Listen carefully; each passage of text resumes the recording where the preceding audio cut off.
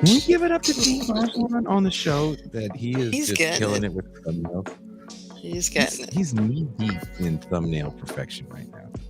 It's true.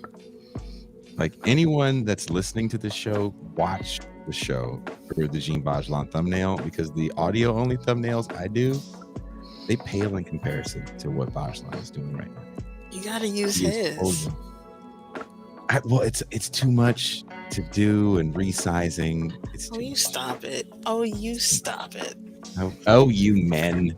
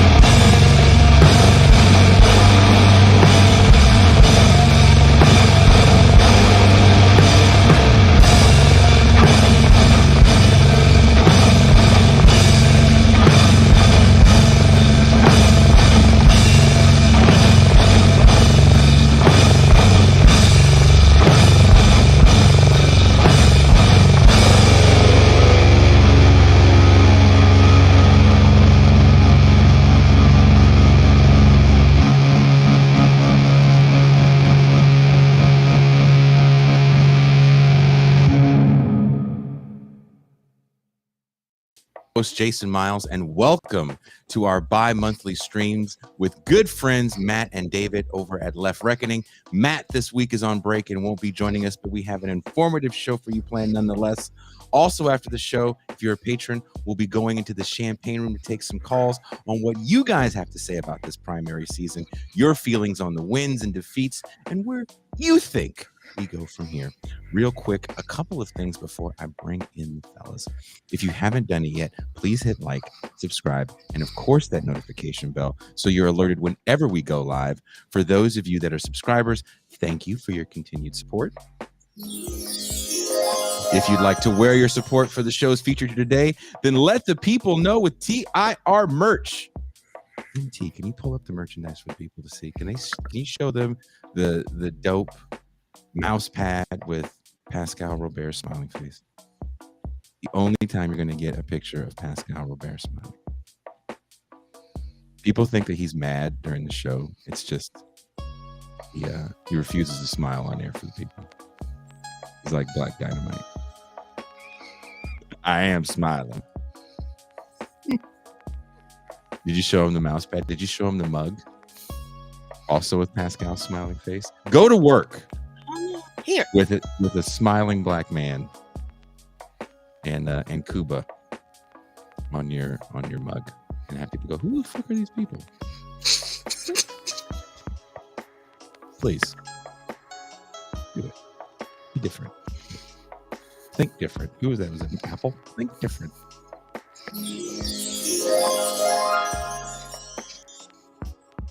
All right.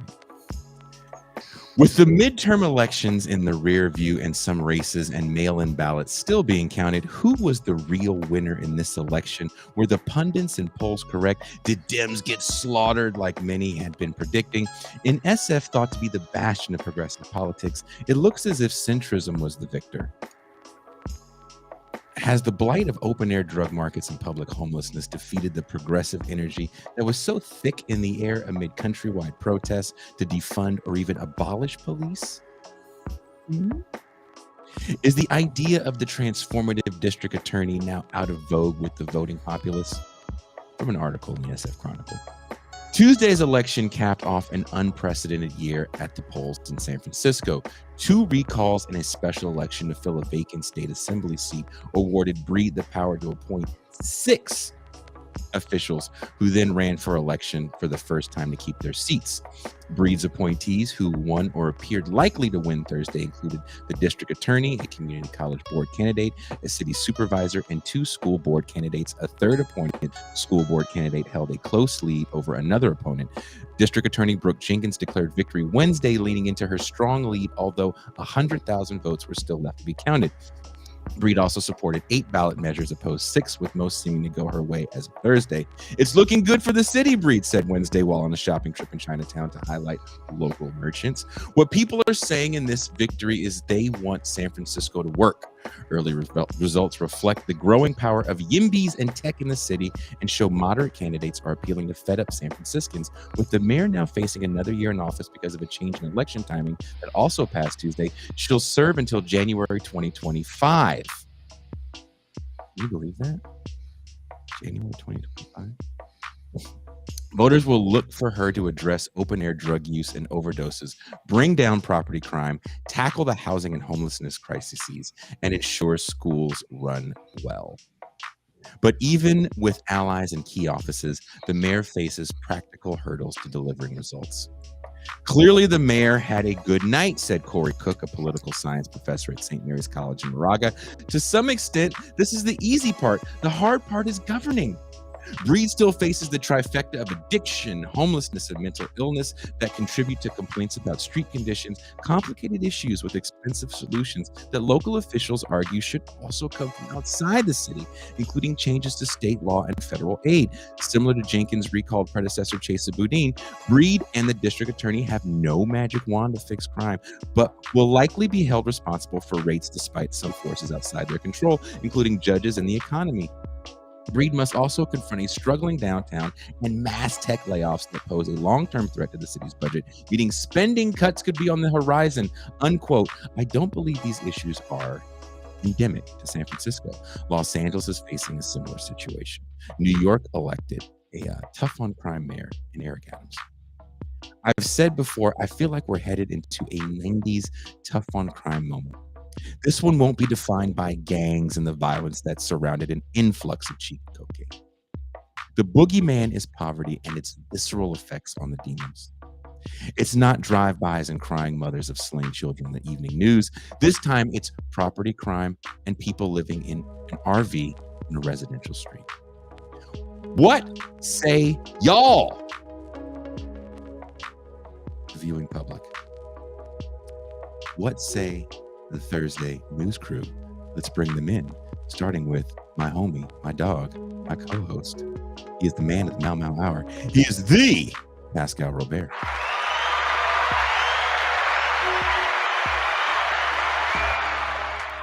Peace and greetings to the chat. Peace and greetings to the audience. Peace and greetings, Jason Miles.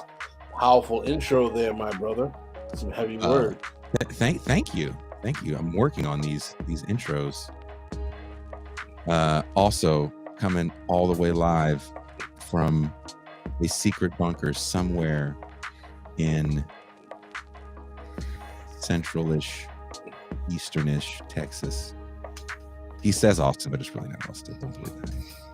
Is it San Marcos? Is it San Antonio? Wherever it is, it's not Austin. So don't look for this man in Austin. Please welcome co-host of Left Reckoning, columnist for Jacobin, and someone I feel very comfortable saying is my good friend. Please welcome David Griscom. Thank you so much for that intro. I do want it to be very clear. I don't have an official role in Jacobin Magazine. Don't want to get Megan and Basker on my butt. They do publish my pieces from time to time. Sometimes he writes it, Jack. I couldn't imagine a better crew to be chatting about this with tonight. I mean,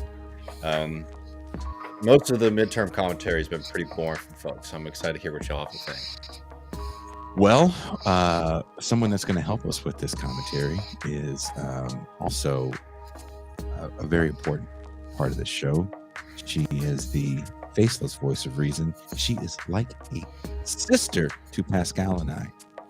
She is the M. Tucson. Pascal is like I did not agree to that. Hello, everyone. Hello to the chat. Very lively chat. Is it a lively chat today? Yeah. We I got a can't regular. They want to hear us drop bombs about the midterms. I couldn't see because I have a new teleprompter app that was going way too fast, and I was like, I don't know how Amy Goodman does it. Oh damn, she is an OG. She really is. You see how she ends her shows? Okay, Griscom, you have 5 seconds to finish and tell us what happened in the midterms. 4, 3. Thank you for watching Democracy. Yeah, sorry. Yeah.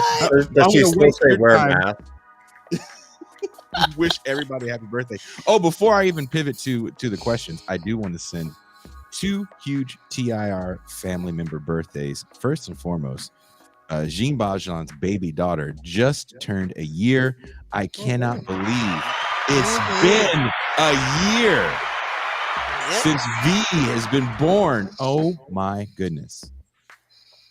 And also, my mom. My mom's birthday passed. All right. Shout out to my mom, who is now officially old enough to get the discounted food at Denny's. It's a special birthday when you get that. I think they start at 55 now, but she just turned 65. We are now officially 20 years apart. She can take the bus for free or for cheap. Denny's to get a nice little discount. She's not even a vet. She could go tomorrow. She is not a vet. She's a vet in these streets. Hey. Hey. OG mom. This is like the one episode she's watching. I'm going to get a text message like, I'm a vet in these streets, huh? Yeah, deal with it. Shut up. Nice. But speaking of me getting yelled at by my mother, David Griscom, can we finally stop acting like Beto has a chance to win anything? Is he really a victim of a generational distrust, or is Beto and Stacey Abrams just good at publicity and not really good at winning? Man, I'll tell you what. It's been interesting to see the outside interest in the race here.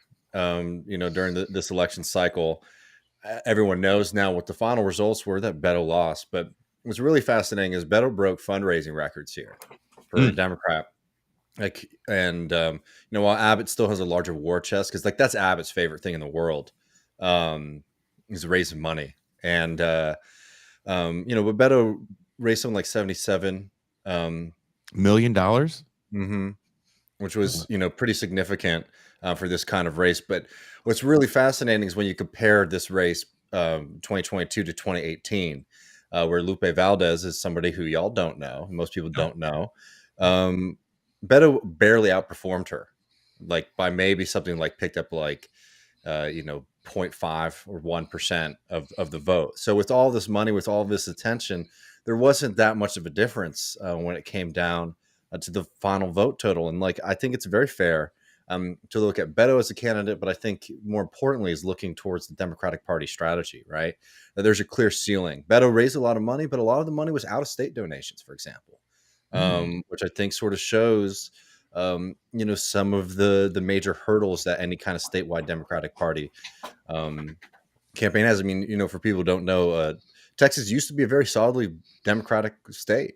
And since 1994, Democrat has not won statewide office here, which is, extreme. And it means that the Republican Party has been able to cement power.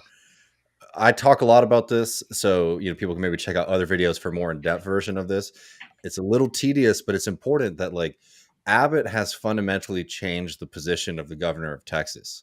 He's used the kind of gray areas of the law. He's used the fact that the GOP is basically his party. He runs it here.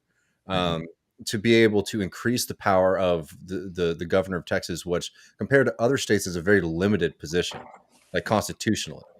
They don't have a cabinet, for example. And the reason for that was because a bunch of Confederates didn't want a centralized government. But the fact is that the Texas system is not meant to have or intended to have a very, very strong central government system.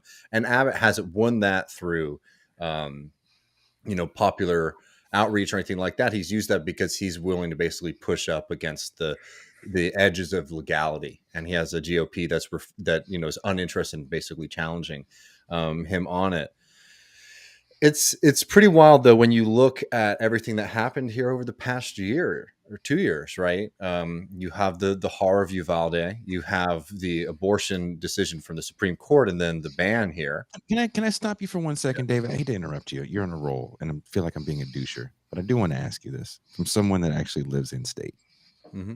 And I don't know how much time you spent in your state's border towns. What is your take on the way the state feels about Uvalde? I think that people are very upset, particularly about the police response to it.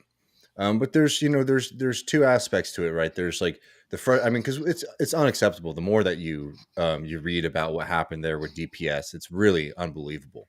I mean, and somebody just noted there, like Uvalde County, which it's also worth noting that that's not just the town. It's a larger rural county around there, and it's traditionally Republican. But yeah, Abbott won that county by about 20 points. And I think that like where there's a little bit of a disconnect is that there's a lot of frustration about DPS's failures, the police failures, all of that, the fact that there's been very little accountability for those folks. And then like, what do you do about it? Because I think like what a lot of liberals want to do is basically, push very strict gun laws, which is it's just not popular here. I'm sorry, folks. It's just like, that's not going to be a winning issue. And, I think that like there's a way to focus on the failures and the situation in Uvalde that wasn't basically, going to come take your guns kind of thing. And, the thing with Beto is that he vacillated between positions on this too. Obviously there's the famous line of him during the Democratic presidential debates where he says, yeah, I'm coming for your guns. And he would say something similar sometimes to certain audiences and then would sort of be more mild towards others, which I don't think helped him. But if I'm going to be honest, I don't think that the thing is that like the gun thing, I don't think is what lost it for him necessarily. But it also prevented him from basically being able to benefit from, not to be too cynical about it, but to benefit from like the failure there politically. What it ended up being is it's like there's two main, there's a few main issues. Abortion, I think, did nationally like motivate a lot of people to come out and vote. I think it also I agree. In a lot of people in major cities here coming out to vote. But a lot of people are very cynical about politics here. Only 15% of Texans support the abortion ban, right? So again, you think that'd be another thing that Beto would be able to benefit from. But a lot of people, they just don't feel like it's worth their time to vote for Democrat, even if they might disagree with the Republicans. And this is really the crux of the argument here, from my perspective, is that I think the Texas Democrats for a long time thought that, the Republicans will get so bad that eventually everyone's just going to show up for them. And like, you have to do more than that. You can't just be like, these other guys are monsters, vote for us. You have to give people a reason and something to believe and something to fight for, to show up for you. And they didn't really do that. I mean, this is a national thing, but I'm sure you all know this. Like, the main issues that motivated people in exit polls across the country were abortion and inflation. And I think it's an absolute disaster for the Democratic Party that whenever somebody said they were voting on the economy or on inflation, that's coded Republican, right? Yeah. And I don't think there was enough of an economic message, with the Beto campaign. Like, they say things and they put them out in their little press releases and maybe say things to certain crowds, but that wasn't what it was. It was Abbott's failing the state. Abbott failed during the grid. Abbott failed during Uvalde. Abbott's pushing forward laws that we don't like. And again, it's like, I agree. Like, I think Abbott's a bad guy. I think the Republicans are bad. But when you look at a state that has very low voter turnout, when you look at a state where a lot of people are very disillusioned with politics, both Republican and Democrat, the whole strategy was the line in Texas for a long time is Texas is not a red state. It's a non-voting state. And I think that's very fair to say in the sense that like people don't vote here. But the implied second aspect of that argument is that sooner or later, everyone's just going to show up and vote for the Democrats. And they haven't really figured out a strategy to do that. County level Democratic Party in Texas is very weak. State level is a joke. There's not a lot of presence to flip it. And like the Democratic Party is continuing to get stronger and stronger in the cities, but Texas is a big ass state. and there's not enough representation, infrastructure on the county level. So it's just like, I didn't expect Beto to win. I was very pessimistic about it. Like last week, I did, a stream sort of talking about it. So I wasn't necessarily shocked that he lost. But when you think about it, with all the things that you would think would maybe open up some opportunity, some pickups, some kind of interesting narratives, maybe in the governor's race because of all the dysfunction here, to find out that with all the money, with all of the attention, with all the momentum on their side, that they barely outperformed a governor candidate who most people don't even know their name. So it's difficult. I will say that, like, there were exciting things. We're sending Greg Casar to Congress, who is a former DSA member. There's a whole backstory. Basically, he took a very moderate position on Israel, which I totally agree is unacceptable. But just knowing like where his politics are, this is somebody who's very pro-worker, very committed to a lot of these other things. That's a positive note. Marijuana decriminalization passed in 5 cities across the state, which is huge. That passed in a lot of places. I was actually reading the New York Times, following the election, and it looks like marijuana legalization is passing, because I think people have seen the writing on the wall that it's just a windfall of cash for municipalities. I did want to ask you, kind of following up on that Uvalde question, how does a state that is so married to the idea of gun-toting violence and law and order reckon with the fact that law and order failed so miserably? I mean, I don't think that what happened I mean, there's a couple things here. It's like there are 2 issues. It's like there's the gun question, and then there's the question of like the policing, right? Because this isn't an illegal firearm that was purchased. I mean, this is somebody who followed the laws that were on the books. When it comes to gun laws in Texas, it's like, again, open carry, which we have here, right?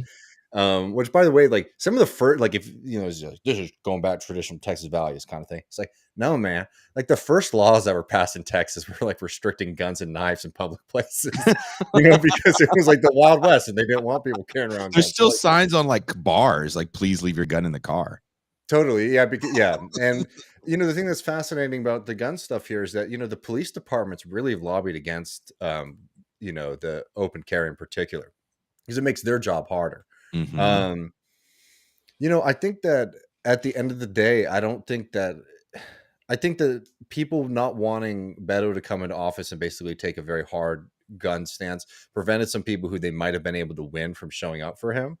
I think most people who voted for Abbott voted on inflation. If they're like gettable, right? I'm talking about people who aren't just like dyed in the wool Republicans.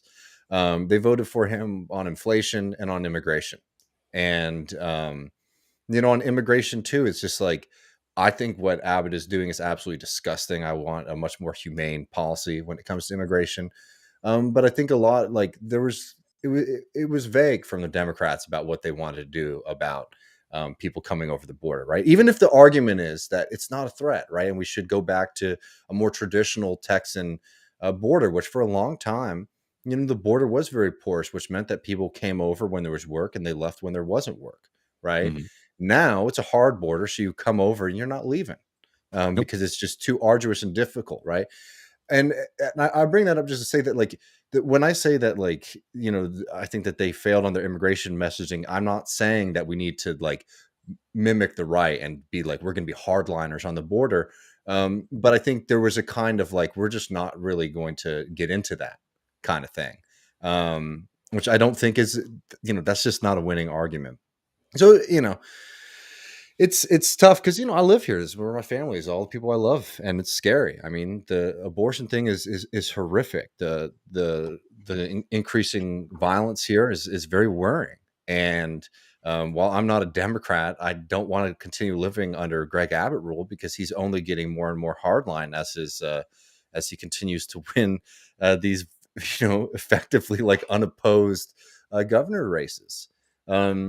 So it's just like, you see a strategy from the Democratic Party here. They've failed They've been losers for literally like what I was 2 years old the last time a Democrat won any kind of state office. So my entire life has been this GOP dominance, and it's just really frustrating to see that there's been no real reckoning, no real lessons learned to try to build something because. There's been a lot of excuses. The non-voter thing. There's no real strategy for non-voters other than we think Republicans are bad. And then the other one is the demographics is destiny thing, where they thought that as the state's demographics change with new people moving here, which I've always thought was a silly argument because a lot of people who move here from California and New York City, they move here because they want to be under Republican rule. So the idea that all of these people are just going to be liberal voters, I think, is wrong. Oh, it's totally wrong because a lot of people don't even change their address. I think people don't understand that about transient cities like Austin, for example, that's becoming a lot more transient with the influx of a tech corridor. Even in canvassing for Shahid in San Francisco, which is an extremely transient city when it comes to tech, there were so many people you talk to, they're like, I'm registered where I'm from. Texas deals with the same thing. People love it, the cheap rent, and then they ruin a bunch of cool spots and then they go back to California because it's too hot there. And but the other thing too is it's just like the demographics thing, like not just talking about new population, but like there's been this argument that Texas is now majority Latino. So white people are not the largest ethnic group in Texas, right? And there's been this kind of idea that's like, oh, once the Latino population continues to grow here, they're going to vote Democrat. And like, if you look at the numbers, Latinos do support Democrats at a much higher rate than Republicans. But when you got the numbers that the Republicans already have, it doesn't take much pickup to sort of cement that, for the next generation. And the Republicans, while the Democrats are sort of, floundering around trying to win more suburban votes, right? Which that's basically Beto and Biden's strategy here. There's a ceiling to that. They're not loyal. And also I would just argue, like, even in the best case scenario that you win for people with our politics, you don't want the suburban voters to be the base of a Democratic Party because, these aren't people who really want high wages for people, housing regulation, things like that.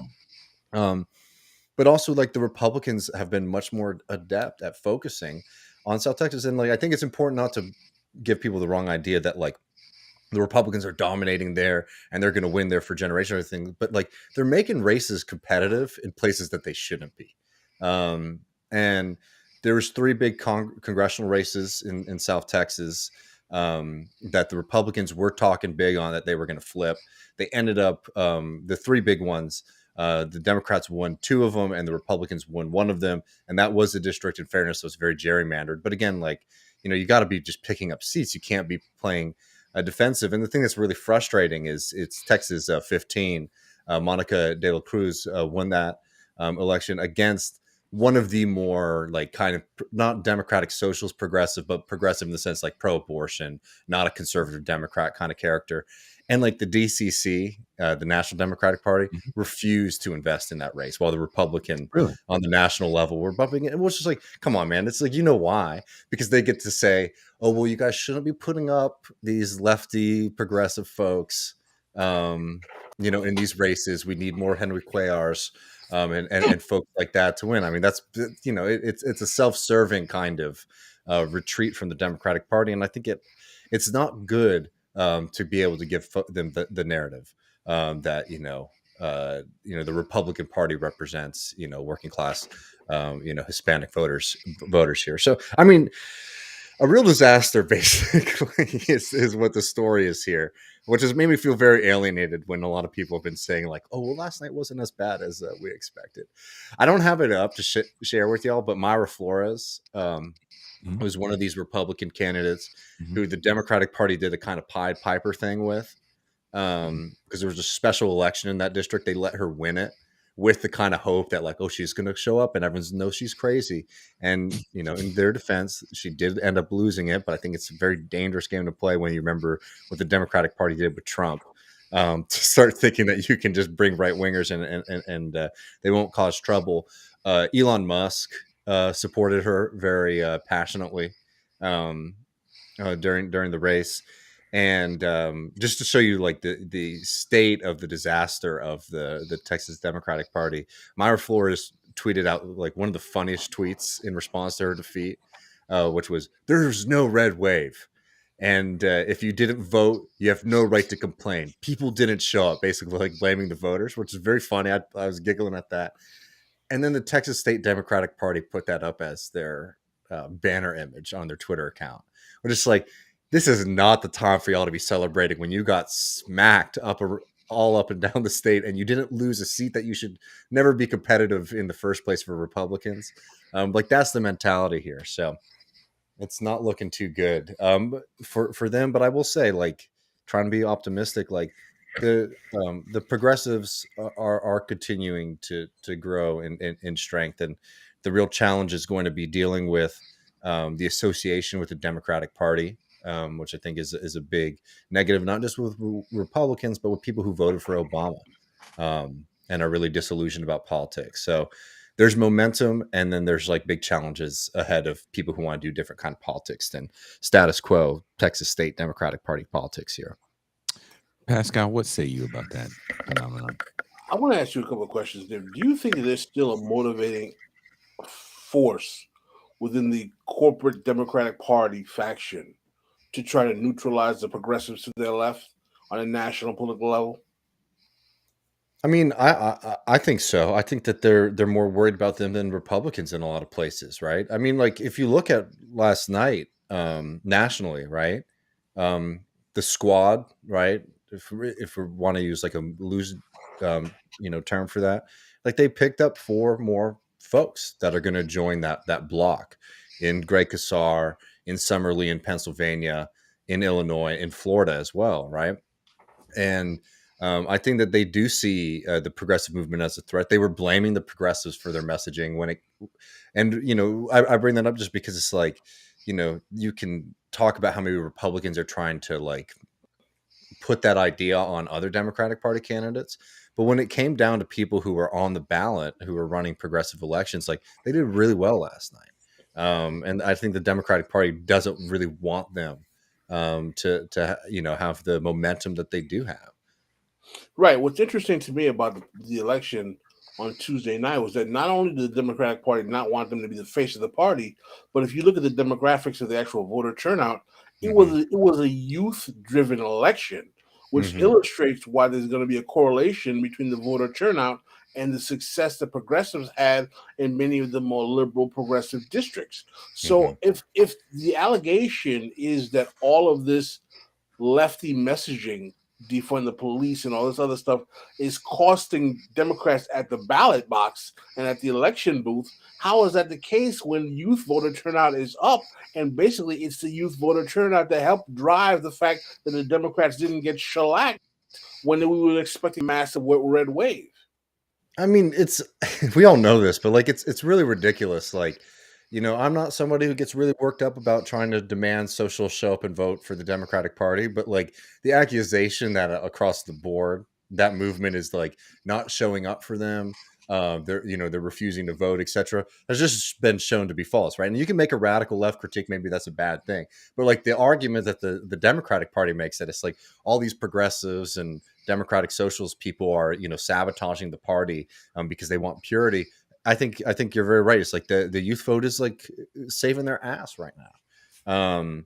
Because without that, I mean, I don't think we'd be having the same kind of conversations about the midterms on the national level without the youth vote. And like, I think that like where it really matters, like Greg Casar, who won here, had a very, very like brutal primary, right?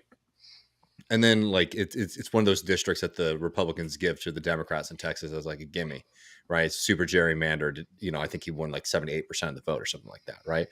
So where this argument starts to become really important, I think, for us as we're like trying to grow, is that like in those safe districts especially, it's like there is no reason then to put up conservative moderate Democrats. If they are safe blue districts or whatever, I think that we should be running, leftists in most places, frankly. I don't think we should be cowards about our politics because I think a lot of the reason that I support this stuff is I think it can flip some of those districts, but especially in ones that are, deemed safe. I think the Democratic Party is worried that those kind of safe districts that they hold, we'll see more and more progressive candidates coming in and winning those elections and pushing back on the people who have run the Democratic Party for most of our lives. Yeah, that's a very important point. No, and I think that it's really going to be a battle that's going to be worth seeing how it plays out. But it's, again, the question also becomes how do we keep that flame of left politics within the Democratic Party, which is a strategy that many people have been questionable about. Alive, we don't have a mainstream, large-scale bellwether like a Bernie Sanders that gets people energized about participating in the party. So it becomes a question that we have to ask in terms of how do we maintain this kind of energy base and stop it from just petering out when we don't have someone driving the policy agenda at the top.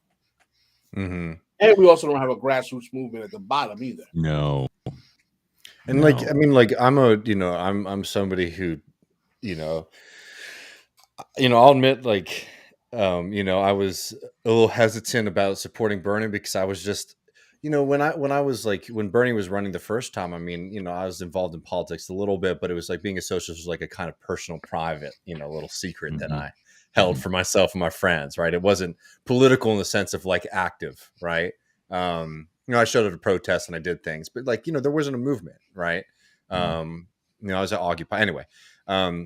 I say all that to say that, I think Bernie's done a tremendous amount to mobilize and motivate this movement. But, if I am to make, a criticism, it's just Lord, it would have been so helpful if after 2016 or 2020, Bernie Sanders said, if you support this, join up an organization like the DSA instead of launching Our Revolution, which is just, another PAC at the end of the day. And I think that we really are in a crisis moment with that. You're seeing the left splinter off into a bunch of different groups and, some people becoming very pessimistic about politics. I think that the real fight right now is trying to find some kind of structure, some kind of organization, some kind of grassroots movement that can sustain it for the next 5 to 10 years. Because I think there is a real threat of just permanent fracturing. Some people into the more radical revolutionary left, some people into the more Warren style progressive side of politics. That I think would be really damaging when so many people have come together. We have a super chat here that I'd love for you to address really quickly. Infinite Content says, here is the dilemma the DNC has. They want the vote, but they don't want to share power with the. That's not going to work. Can you say that again? Because you were clipping. Can you say it again? Okay. Here's the dilemma. What's going on over there? Nothing. There's so much moving. Okay. It's supposed to be stationary. I'm trying to make sure the microphone is all clear. Are you chasing children or something? What's going on? I'm not your children. You sound like it.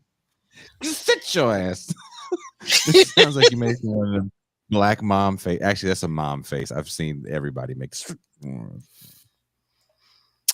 Here is the dilemma the DNC has. They want the youth vote. They don't want to share power with the youth. That's not going to work. The Democratic Party is a party about democracy management, right? If you want to make the argument about the Republicans that they want to suppress the vote, the Democratic Party wants to manage voters. I think there's no better examples than that than New York State. It's very hard to vote there. It's, in a lot of places, the Democratic primary is where you vote, and they make it very damn hard to do that. So, yeah, they want to, at the end of the day, for some people to show up for them, but yeah, there's no real interest. I mean, I can't speak with real experience, in places like New York, what it's like to go to meetings there. I don't go to Democratic Party meetings here, but from what I've heard from friends, it's absolute nightmare to try to get involved even in the Texas State Party because they don't like newcomers at all, right? Because they have their comfy positions in their little zones, even if they're just losers. They don't want, even if it might be beneficial to them. But yeah. Waz is here. Yeah. Shout out to Big Waz. The biggest I do want to. loss.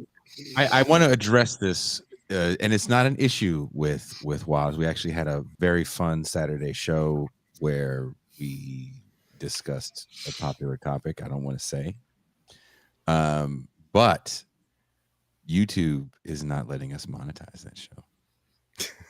Sorry. It said after a manual review, and all I was thinking was like, what did we say in that show that was so bad that they were like, no, it's too real. You guys exposed the truth. Maybe they were Hebrew Israelites at YouTube. So that's what it is. And this is I'm saying it right now. Listen to me now. There's Black Israelites in YouTube, and they are against this revolution. Support This Is Revolution by being a subscriber and stop the reign of the fascist Black Hebrew Israelites that are stopping shows like this from being able to make 75 cents. Yeah, exactly. Dude, what's going on in Florida with DeSantis? Are the Haitians showing up for him?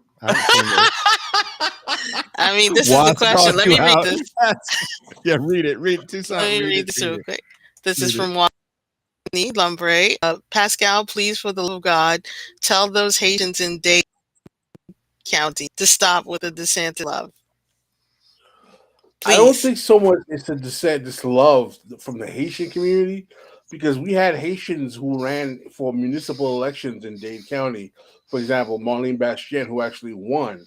So Miami-Dade County is a pretty heavily Haitian Democratic constituency.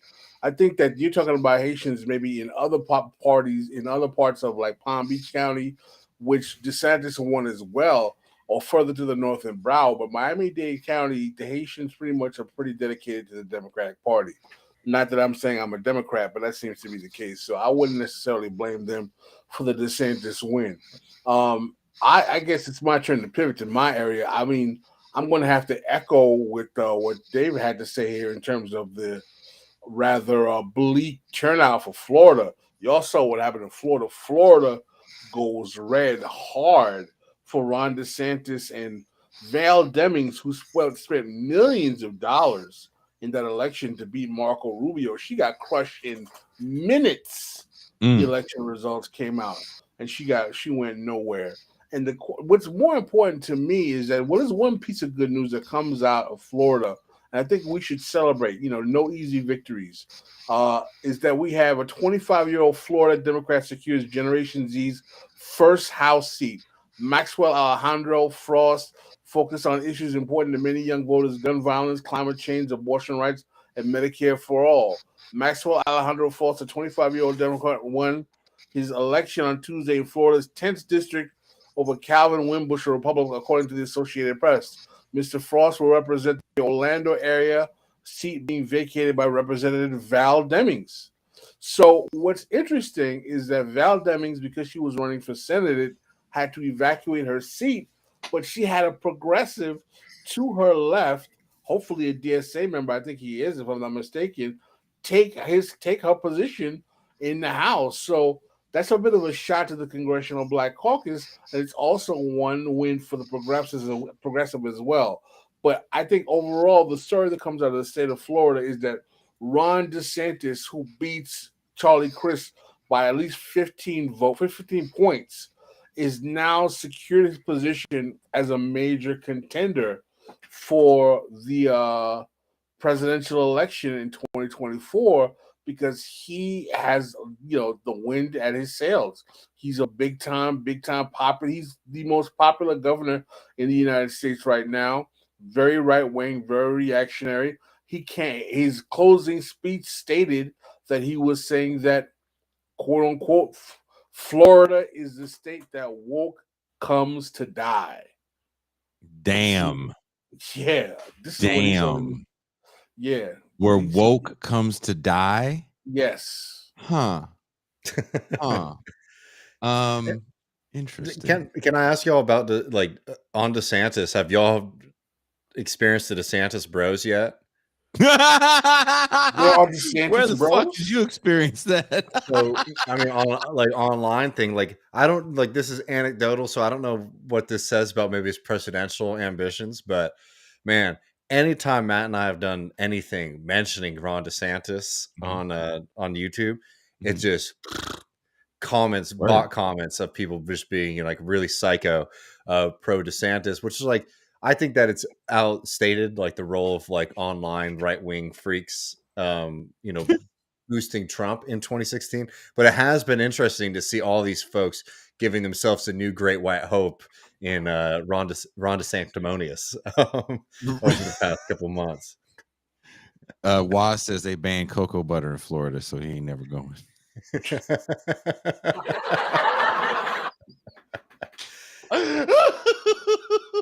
Just ashy niggas running around Florida. Ashy ass Haitians. Ashy ass Haitians and Dominicans. For the love of God, why? Someone sent a super chat twice, and no one on the screen can answer that. And I think I'm probably the only one qualified to even try to answer that. Is that none of us have seen Black Panther 2. Is it Welcome to Wakanda or Wakanda Forever, or Now the Hoes is fighting, whatever the hell they call in part 2. But none of us. That's our buddy down in Australia. Come on, man. The superhero chat is just not going to happen on these programs. I know you keep trying to make it happen, but it's not what we do. I will be honest and say this. I've seen Black Panther multiple times. I do watch superhero movies because I am a nerd and 45, and this is my era. And seeing the cartoons that I grew up on in movie form, makes me very excited. But I haven't seen Black Panther 2. It's too much for me to take because I actually really did like Chadwick Boseman. Like, I don't want to cry. Aww. Did you hear everybody's getting to stop again to go watch Black Panther 2? But they're all getting dressed up. We should get dressed up. They're like wearing NWA. white. They're wearing white. Everyone is wearing white. We should all go in New York when we go to New York. We should all go, but as NWA, but only me, you, and Pascal, not Matt and David, because that's not good. Jesus, this is why the left loses. You just lost the left. Trailing these divisions. Let me do it. Let me in. Can you imagine? If we? And Pascal was dressed like Biggie. Oh God!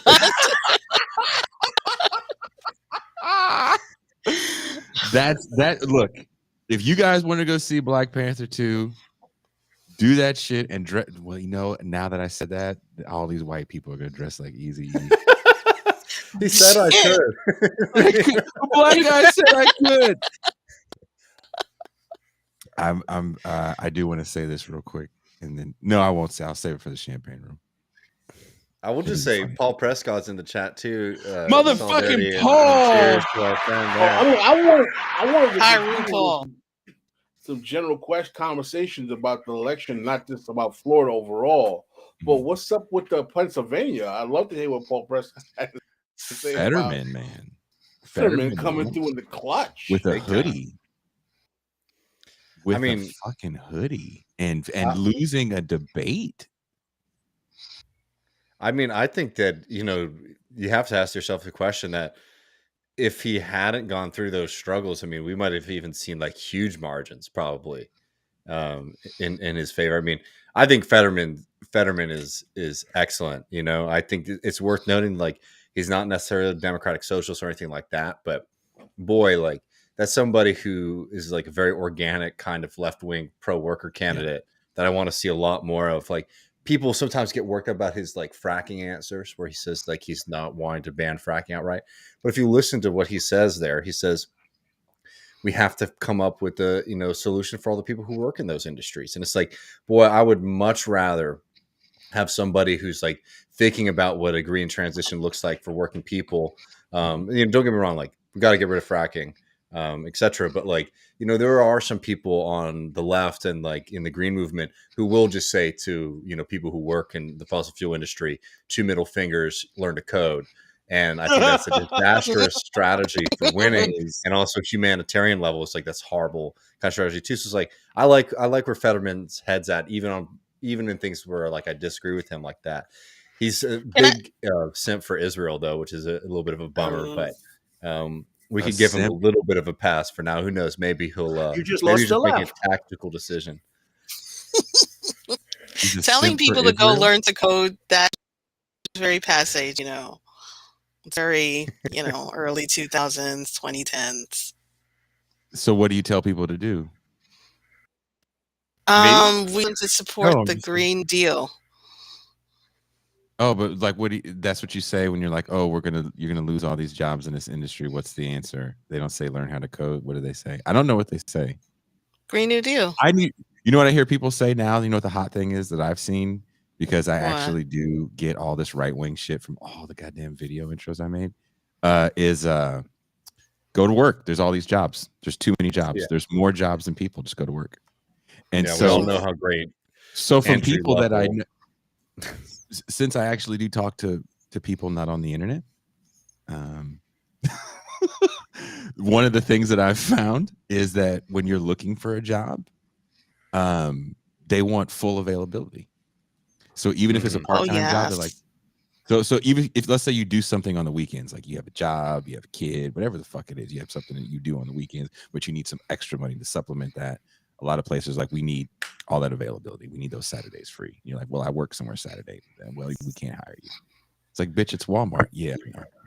Yeah. No. Well, even if you have hours, you're on call. They want you to be as close to on call as possible. Yeah. That, I mean, that's a big part of the Starbucks unionization effort too, is that like those are supposed to be jobs that respected like your college curriculum or something like that. You know, that's how they pitch it to folks. And now they're just like, no, we're going to schedule it all the way through. But we'll just say really quick, I mean, like the answer to, you know, people working those industries, just for anyone listening who hasn't heard my pitch on this, like it is a Green New Deal and specifically just transition. I mean, like, you know, I think a lot of people for a long time have said like climate change is a problem. We have to do something, but we haven't spent any time thinking about what it is that we're actually going to do. People are talking about changing the way that like the electricity comes to your household, you cook your food, you keep the lights on. Like this is important shit.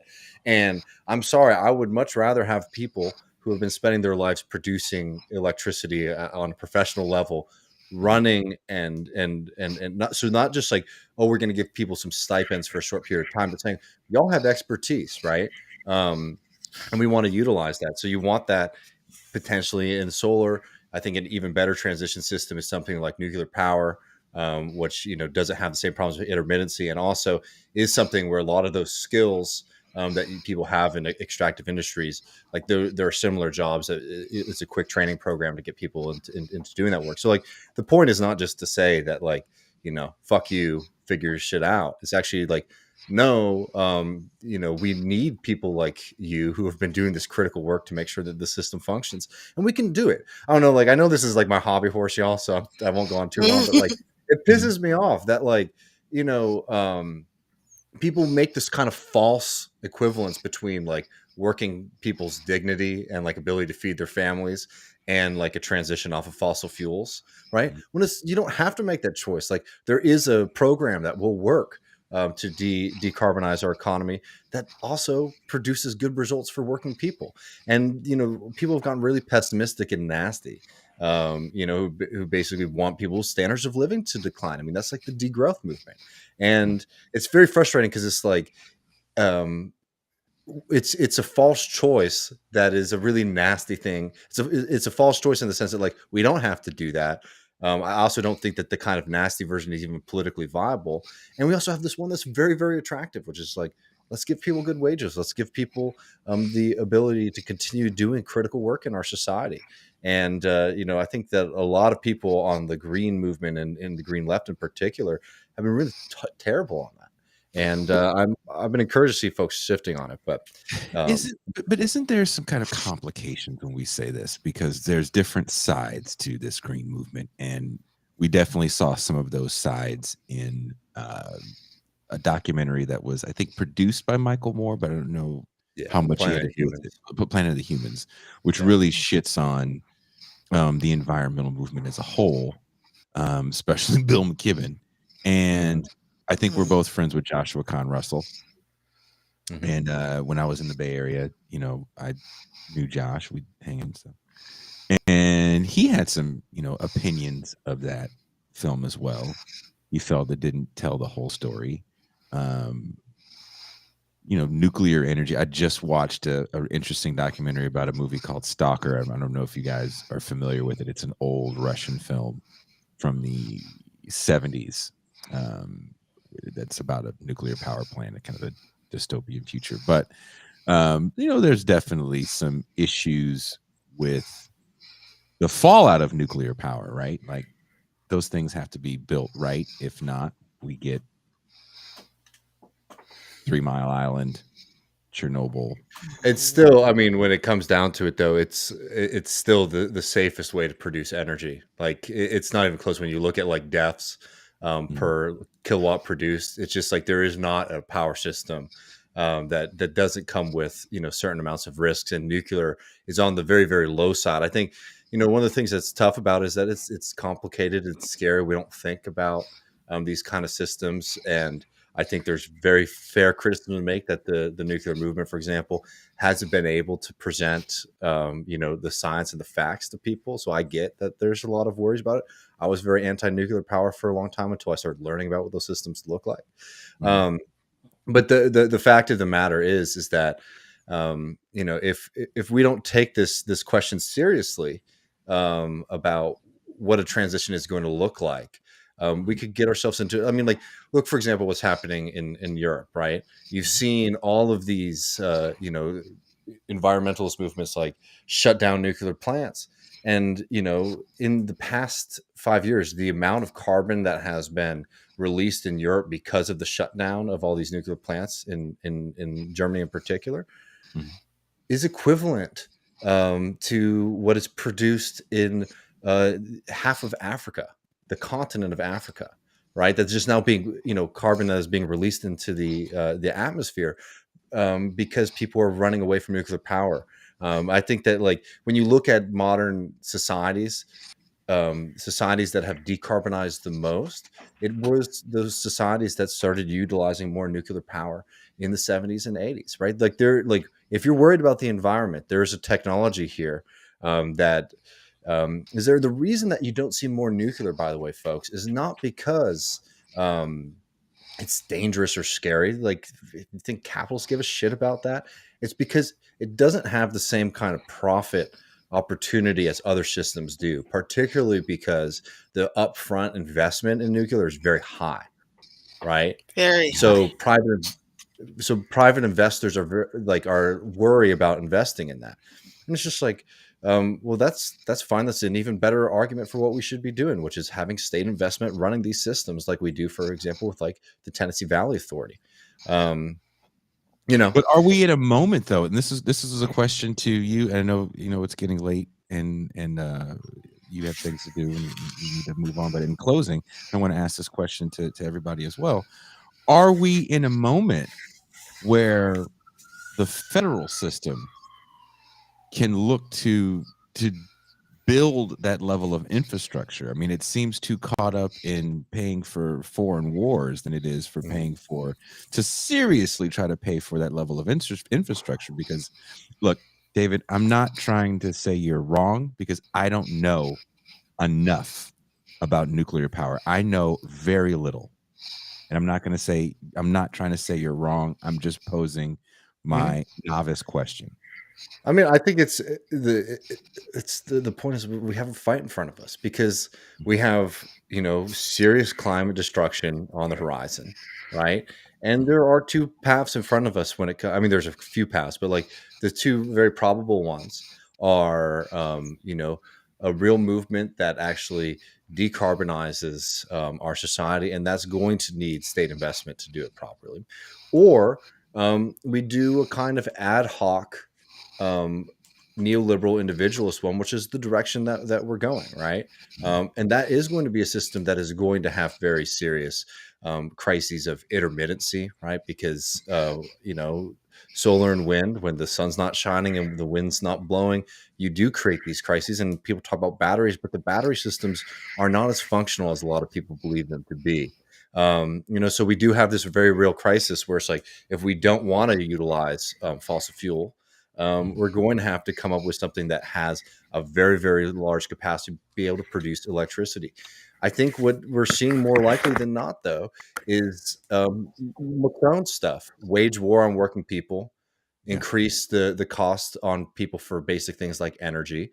And we should be very worried about that on our side. I'm not somebody who's going to sit here and say that what's in front of us is easy, but I think if we know what we need to do, this is the moment that we have to be fighting for, instead of just sort of saying, okay, well, we're just going to let capital decide the future of not just our lives, but like the future of the planet. Because there are people who they love, particularly Europeans, like they love to be able to say, we're going to do neoliberalism, but instead of calling it neoliberalism, we're going to call it environmentalism. And they're very ready to do that for folks. And I think people should be very cautious about what's coming with that. Well, David, thank you for hanging out with us today. And I will second the comments in the chat that your hair is fabulous. Before we went on air, we were calling David second coming. That's very Jesus-esque. I'm feeling it. Can I just Pascal say, Robert? Oh, thank you. Can I just say, there are things that I disagree with you about on this, David. I am foremost expert in The Simpsons and nuclear power plant that Homer Simpson worked at. I will concede that the waste management is not what it used to be. You won't see too many 3 fish, but it is a concern. The waste is a concern. The waste is the least of your concerns. I will just say, I know we're wrapping up, but I'm just going to tell you right now, I'll send you some stuff after. Like, the waste is stuff that takes a long time to degrade, stuff that has a long half-life, is like the least threatening thing. Like, we interact with radiation on a regular basis. If you drink a cup of milk in the morning, you get there's radiation in that. What's worrying is stuff that has a very fast half-life, things that degrade really quickly, because that means that you're going to get a stronger dose of radiation. There have been the people get very worried about the waste, but like, one, if you looked at all of the waste in the United States, for example, since we've had nuclear power, it would, if you were to put it in like this is not even what it looks like, but if you were to just sort of set it up, it would be a football field about 10 feet high, right? So like, if you think about the space, it's different from what a lot of people think. And really, like, that's not the stuff I'd be worried about. What you would be worried about is more things that are like directly in the core or anything like that. And I know that we're not jumping into the whole thing here, but I'm telling you, the waste management on the other side is like, again, like, I was very worried about this system for a long time, and then I started to learn more and more about it, and I was very, very surprised to find out that particularly waste, which is, I think, something that people cite a lot, is less of a threat than I think people think that it is. Potentially too, that all that stuff can be recycled and like reutilized, so you can use that waste again to produce energy. But anyway, sounds like this is a conversation we should do sometime in the near future. But JB/fight. If you've ever found your community was the site of a waste dump, what does he say? If you've ever found out your community was on a list for radioactive waste dump, you sober up real quick. Thank you so much, JB, for that super chat. That's huge. That will make up the loss that we got from Waz. I mean, if you look at it, the issues with waste have not been what people think that they are. There are things to be worried about, but the the effect on communities about waste has not been what I think a lot of people think. Because look, these are scary systems. People don't understand what radiation does, but like, waste is something that you should be very comfortable having. It is not a big threat to you and your community.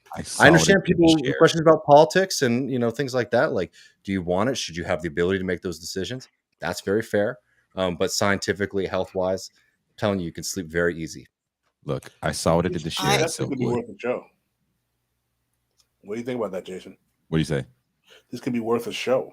I think it is worth a show, and I think go ahead. It's definitely the conversation. It's probably worth a street fight. I'm just saying now, even with the good hair, we might be fighting.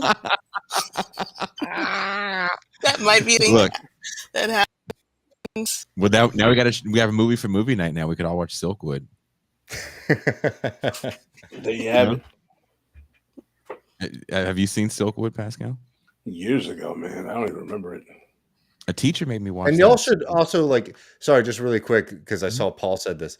If you want to have somebody who's much more learned about this stuff than me, y'all should have Lee Phillips on the program to talk about. Oh man, Lee Phillips has been showing up in my Facebook people I should know, and that made me feel like I was. He's a good dude. He can definitely break down a lot of the stuff better than me. Not that I wouldn't be happy to do it, but he's definitely the guy to talk to. Well, maybe I should friend Lee Phillips on Facebook since he keeps showing up in people I should know. Oh, yeah. You should. You should. Him on the show. He's a good dude. That's how I know I'm a success in this industry. When people that you see on, like when Aaron Mate showed up in people I should know, I was like, haha. Oh, I thought Facebook was trying to get me beef when I saw him. I was like, don't suggest this and do that. I was just trying to rep my set. But you and Lee Phillips can talk about plaid shirts together. It'll be great. He has an Lee Phillips likes the plaid. He sure does. He does. He's Canadian. No shit. From real Canada or Vancouver? I think it's I Canada. think he's real Canada. Yeah. Where they sound like kids from Degrassi High. I don't know. Well, on that note, let's not fuck with Lee Phillips where he won't take my friend request. I saw you, making fun of me, What's it on the boot? Nice. Will fucking jump me. That's all I need. Bunch of maple syrup eating motherfuckers trying to mess with me. Well, whoever rated the show on Twitch, unfortunately, we can't see the Twitch raids on the program that we use. Thank you very much. Thank you all for watching. If you haven't done it already, patreon.com/Bitterlake presents. We're going to go in the champagne room where we'll be taking your calls. We want to hear what you have to say about election night. David Griscom, thank you so much for blessing us with your wonderfulness and your hair. Please say hello to your fiance for me. I sure will. Thanks so much, y'all. I'm looking forward to doing this again soon and hanging out maybe sometime in person in the future. All right. Yes, I can't wait to talk about that. Yeah, we'll see. Something might be cooking, y'all. Ranch water. Ranch. But I might need to go get what I've been cooking. So I will talk to y'all later. Yeah, and the whole gang's going to be there too when we do that thing that we can't talk about. Hell yeah. I'm stoked for that. All right. So thank you, David, Pascal, MT. I will see you and everyone else on the other side in the champagne room. And we did Paul? Wait a minute. Paul, did you say bring Drake in to talk about nuclear? Is that your light skin? Paul Prescott has a light skinned alliance. I just want you guys to know that Paul is part of the light skinned alliance. Transnational light skinned alliance. Paul Prescott is the head. It's Paul, Drake, and Sean King. And sometimes Derek Varn. Light skinned alliance. All right, we are out. I think we are. We should be. We should be out.